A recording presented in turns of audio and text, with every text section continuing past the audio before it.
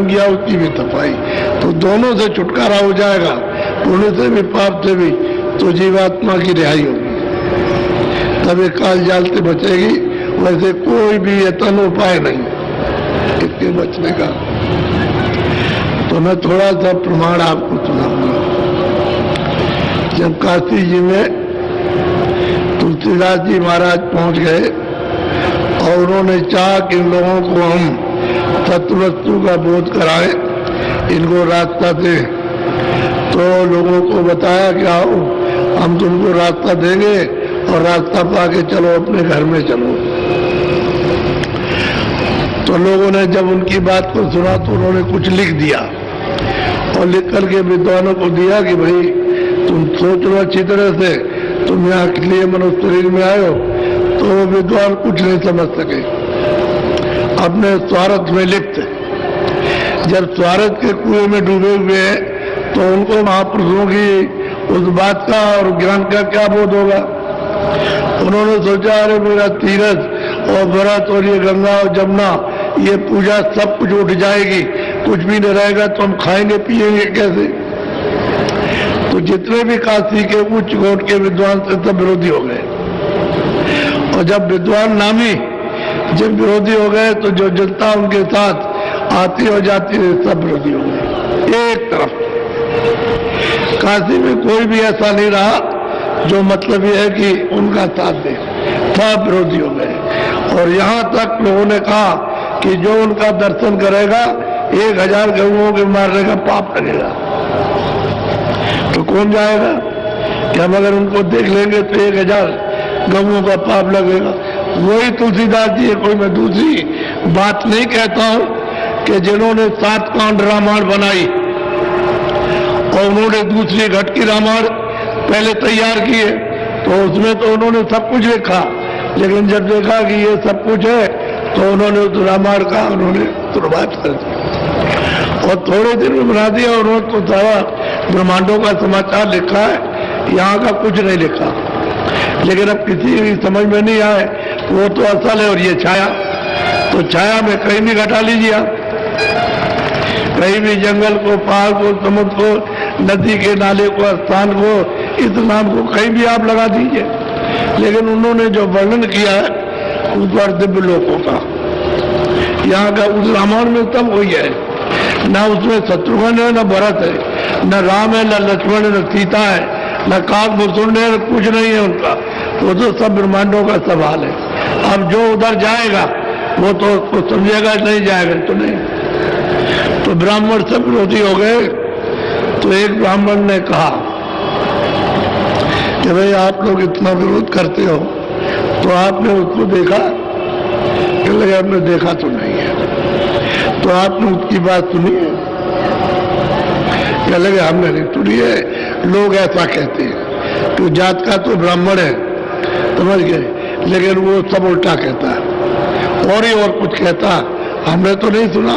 तो आप इतने बड़े काशी के विद्वान और आप उसके पास नहीं गए और जाकर के सामने देखते और 2 बातें उनसे पूछते और सुनते तो आपकी संगा समाधान होती।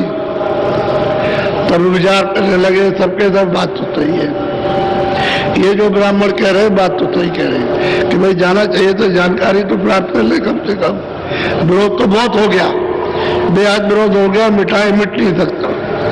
अब ये वहां पहुंचे चुपचाप, उनको तो किसी को बताया नहीं और काशी के विद्वान उनके पास पहुंचे तो गए वहां, तो उन्होंने तो पहले प्रणाम ही नहीं किया, ऐसे भी हाथ नहीं जोड़े, ऐसे भी नहीं किया, ऐसे ही खड़े हो गए जाकर के अहंकार में कि हम सब कुछ जानते हैं। तो कुटी से निकले तो निकल करके सबके पैर छुए, सब ब्राह्मण के जो थे, और उनको आसन दिया और बैठाया। क्या बैठिए, आपने हमारे ऐसे मतलब ये है कि यानी पापी को आपने दर्शन दिए, ये हमारे बड़े सौभाग्य हैं। उनको बैठाया, बैठा करके तब उनका अंदर का क्रोध, अरे वो शंका जो थी अंदर की, वो क्रोध को लिए हुए थी, तो बस फिर ठंडे हो गए कि अच्छा भाई बैठ करके कुछ सुनना चाहिए। तो उन्होंने कुछ प्रश्न किया तो उन्होंने उनकी किताब से उनको बता दिया, तो चुप हो गए। तीसरे ने प्रश्न किया तो उसको भी उत्तर दे दिया, चौथे ने किया उसको भी उत्तर दे दिया। अब वो सब चुप होते गए तो बोला एक ब्राह्मण की ऐसा है कि इनसे सुनो। तो उनसे सुनने लगे। अब वो सुनने लगे तो उन्होंने कहा कि अच्छा इतना सुन लिया और कल आप फिर आइएगा। चले गए तो उनको जो सुनाया बहुत अच्छा लगा, बहुत ही अच्छा लगा।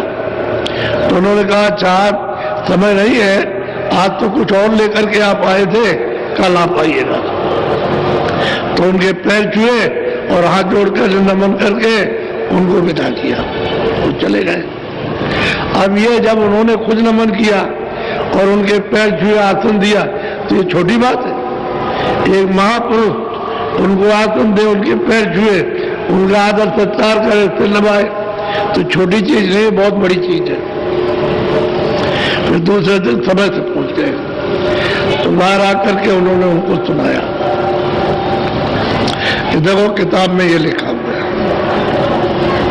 ये लिखा हुआ किताब में, जिसको आप रोज पढ़ते हो उसमें ये लिखा। तो ये बताओ कि आपने इसको प्राप्त किया?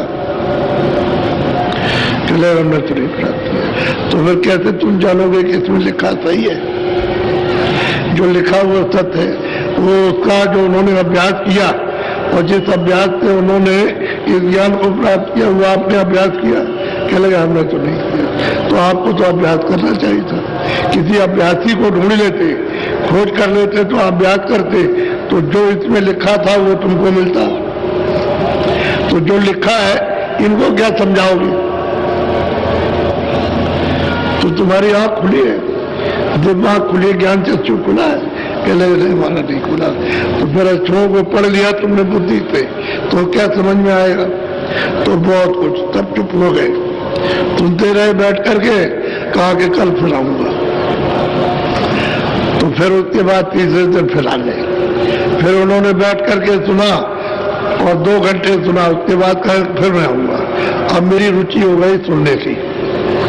तो पहले तो रुचि बनाओ सुनने की, सुनते रहे सुनते